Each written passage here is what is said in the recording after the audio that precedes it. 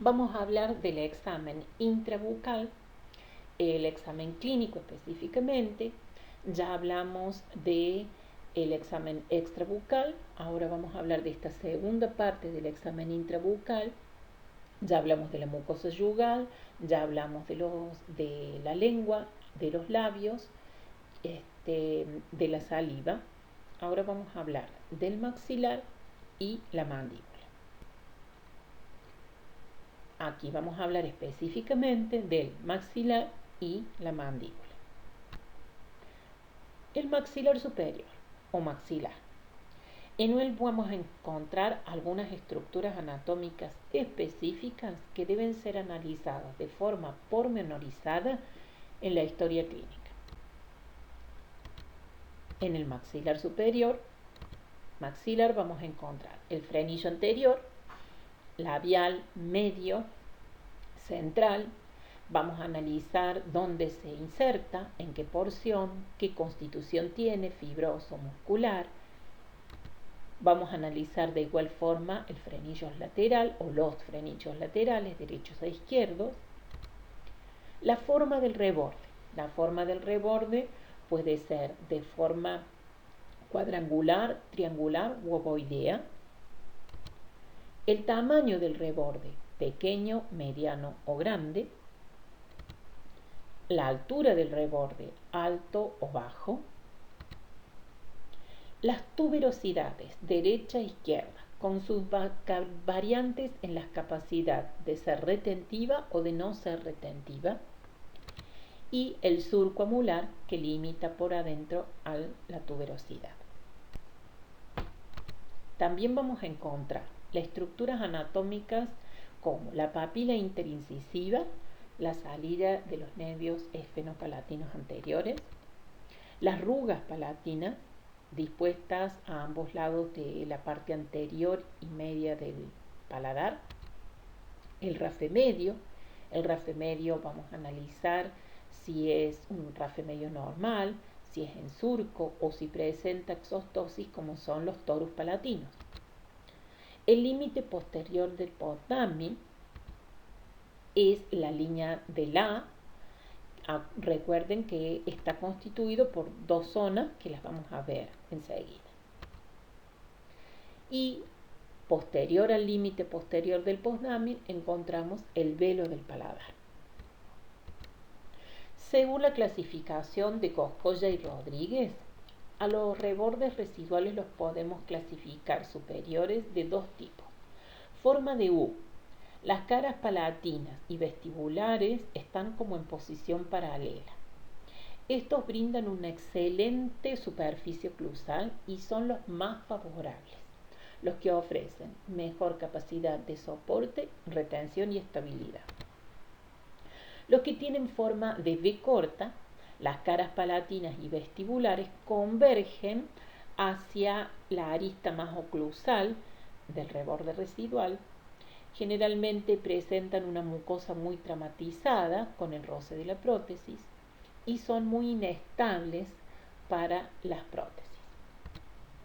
La forma C son caras palatinas y vestibulares convexas, retentivas. Suelen requerir la ubicación de cirugía para suavizar el reborde.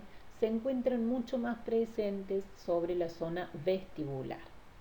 Entonces, para ubicar un eje de entrada y de salida sin que traumatice a estas áreas, muchas veces necesitan de cirugías preprotéticas. Habíamos hablado que en el rafe medio podíamos encontrar una exostosis, que es el torus palatino, que puede presentarse más marcado, menos marcado y requerir que sea extirpado. Va a depender específicamente de si el paciente quiere o no quiere extirparse esa osificación. La división del post-Damin, según la depresibilidad de Litton-Harris, encontramos un sector anterior, una línea anterior que tiene como una forma de S itálica o ala de mariposa. Un límite posterior formado por la línea del A y está dividido en 5 partes. 1, 2, 3, 4 y 5. Según esta zona de depresibilidad, dividida en estas 5 partes, la 1 y la 5 es un tejido muy angosto y elástico. Se encuentran muy próximos a las tuberosidades. La zona 2 y 4 son las más anchas, descansan sobre mucosa gruesa, bien depresible, tienen tejido graso, glandular y es la que ofrece el sellado más fuerte. Y por último, la zona 3, cuya es una zona muy angosta, única, que se encuentra por delante de las foviolas palatinas, se encuentran en las suturas intermaxilares óseas, el tejido que la protege es delgado y no permite compresión, suele corresponder a la zona de la espina nasal posterior. Su espesor y resistencia pueden variar de un paciente a otro y es la zona en que menos presión debemos hacer. La zona de sellado periférico tiene, podemos decir, en la zona vestibular lo que se denomina línea cero funcional. ¿Qué es la línea cero funcional? La línea cero funcional es la línea donde los músculos pasan de la función de ser favorables a ser desfavorables. La vamos a delimitar con la funcionalidad de los movimientos musculares. Mientras que la línea cero anatómica o la línea de inserción de Fournet y Tuller es una línea de características más anatómicas. Ustedes pueden observar aquí claramente en esta foto que el reborde residual se observa como blanquecino. Hay como una especie de línea marcada por arriba de esta línea. El tejido tiene una coloración más rojiza. Allí, con la línea en azul, les estoy marcando la línea cero anatómica donde divide la mucosa masticatoria de la mucosa de revestimiento. Las zonas de soporte. Hay una zona de soporte esencial en el maxilar superior que es la tuberosidad. La tuberosidad es una prominencia ósea de tamaño variable se ubica en la parte más posterior de forma semiesférica. El tejido que la rodea es un tejido óseo esponjoso y está recubierta por una mucosa masticatoria adherida y queratinizada. Lo circunda la zona del surco amular. El surco amular es una depresión que está limitada en la parte anterior por la tuberosidad, en la parte exterior por la apófisis amular o gancho del ala externa de la apófisis pterigoide. La profundidad, longitud y ancho anteroposterior es variable en esta zona y va de 5 a 10 milímetros. Mientras más profunda, más capacidad de soporte tiene. El velo del paladar. El velo del paladar es el límite más posterior del postdamin. Allí comienza el velo del paladar y según la clasificación de House podemos encontrar 3 clases. La clase 1, cuando el paladar es blando y se continúa horizontalmente con el duro, altamente positivo y favorable para las prótesis. La clase 2, cuando existe una posición angulada suave, un ángulo suave entre el paladar duro y el velo del paladar, sigue siendo favorable. La clase 3, cuando el ángulo del velo del paladar es muy marcado, generalmente coincide con un paladar ojival y es la más desfavorable para el sellado periférico. La foto nos está mostrando una clase 2, una ligera angulación del velo del paladar. Los rebordes entonces para ser considerados es en 3 tipos, altos, medios y bajos. Cuando estiramos el labio el superior e inferior y como que lo ubicamos en zona más perpendicular al labio, a lo que es el reborde, vamos a determinar la altura. En este caso, la foto nos está mostrando un reborde residual alto. Los frenillos anteriores tenemos que centrales, únicos, este tiene una inserción baja. Frenillos laterales o bridas.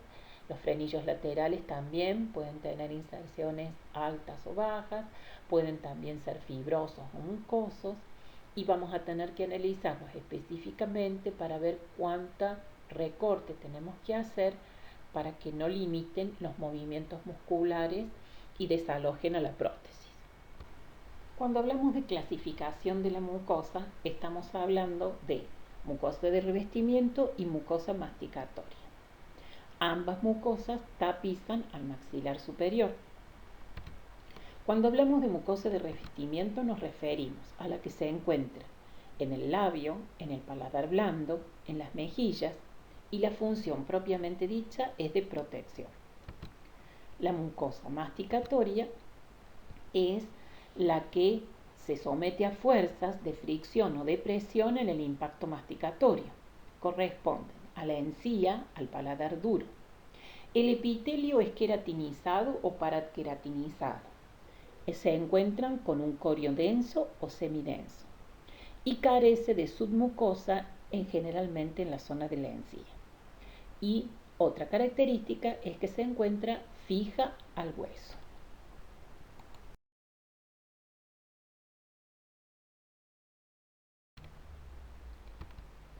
En el maxilar superior o en el maxilar inferior, lo que tenemos que determinar es el color de la mucosa.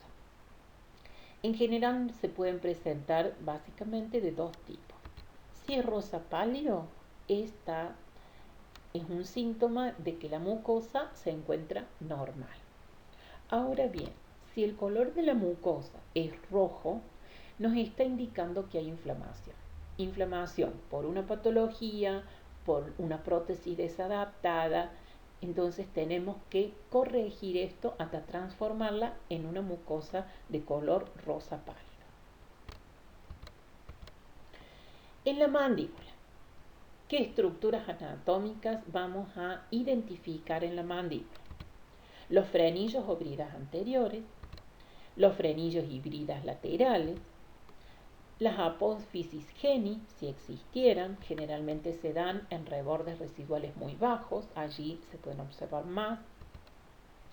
Una línea externa sobre las partes laterales y posteriores de la mandíbula, que se denominan línea oblicua externa, y si las observamos en la parte interna posterior de la mandíbula, se corresponden con la línea oblicua interna, las papilas piriformes y el ligamento pterigomaxilar.